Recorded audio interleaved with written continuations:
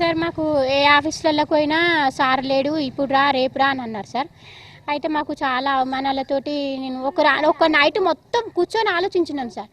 మా హస్బెండ్ని కూడా అడిగాను, మరి బాబా ఇలా పెట్టుకుందామంటే వద్దు, మనకు మనం పెట్టుకుందామంటే మనం ఒకవేళ మన వాళ్ళు అటు ఇటు అని అంటారు, ఒకవేళ ఏమైనా ఒడిదుడుకులు అయితే నువ్వు భరించుకుంటావా అని అన్నాడు సార్.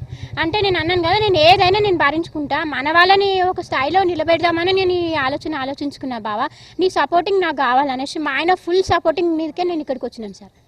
మా ఆయన ఫుల్ సపోర్టింగ్ ఉంది నాకు. ఎందుకంటే ఇప్పుడు ఒక భార్య వెనుక ఒక భర్త ఉండాలంటే అది విజయం సాధిస్తుంది. అంటే నేను ఇక్కడి వరకు నేను వచ్చినాను సార్. అంటే ఈయన సపోర్ట్ వల్ల నేను తీసుకున్నాను. ఎందుకంటే ఆయనకు నాకంటే ఎక్కువ అవమానాలు భరించిండు. ఆయన కూడా అవమానాలు భరించే మేము ఇంకా ఏ కంపెనీలకు పోయినా మాకు ఏం పని ఇయ్యరు కదా సార్. మేము ఏ పని చేసుకోగలుగుతామంటే ఏం చేసుకోగలిగే పరిస్థితి మాకు లేదు. ఇది ఎంచుకుంటే మాతో పాటు మా వాళ్ళు కూడా బ్రతుకుతారు అనే ఆలోచనతో నేను ఇలా ఇది ఎంచుకున్నాను సార్. అలా ఇంకా ఫస్ట్ మేము పాడిన వాళ్ళమే, మేము చూసిన వాళ్ళమే సార్.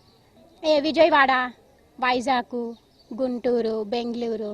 బట్ మొన్ననే ఒక 15 days తర్వాత బెంగళూరుకి వెళ్ళేసి వచ్చాను సార్. ఒక 5 days ప్రోగ్రామ్స్ ఉండే అక్కడ వెళ్ళేసి వచ్చాను.